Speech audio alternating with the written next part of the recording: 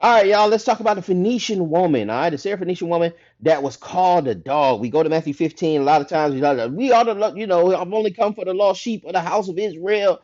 And we're dealing with in this second make this whole thing about ethnicity and we the people doctrine. All right, but you're missing a very powerful message within this text, okay? Dealing with this Phoenician woman.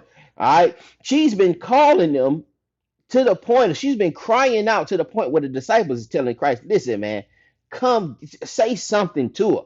And then Christ finally says in response to her and says, well, listen, it's not meat. It's not right to give the children's food unto dogs.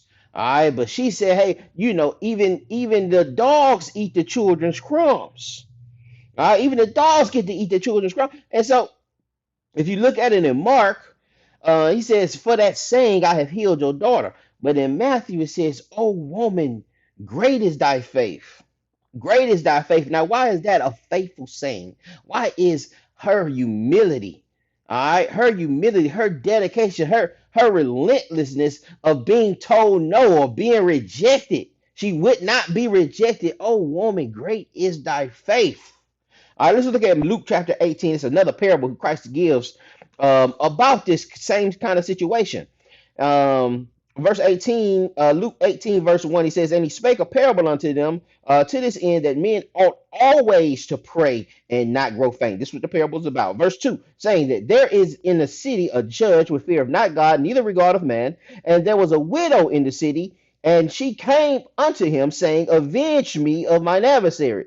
And he would not for a while. Okay, because she kept coming, but he would not for a long time. But afterward he said within himself, though I fear not God nor regard man, yet because this widow troubleth me, I will revenge her. Least by her continual coming, she weary me. And this is the same thing that was happening with the Phoenician woman. She kept coming. Well, the disciples grew weary. And they said, well, listen, Christ, like talk to this lady, man. Say, you're not going to answer her. Verse 6, and the Lord said, hear what the unjust judge saith. You hear what that judge just said? If she keep coming, it's going to weary me.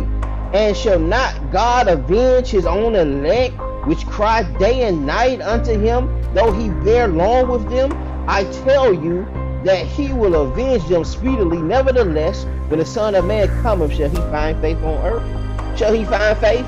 Shall he find that kind of faith where people are like continuing to cry out, no matter how many times you done been told no? A lot of us walk out of interviews, walk out of situations, walk out of relationships because we constantly told no. Don't walk out of a relationship with God because he didn't answer you that time. Keep crying out.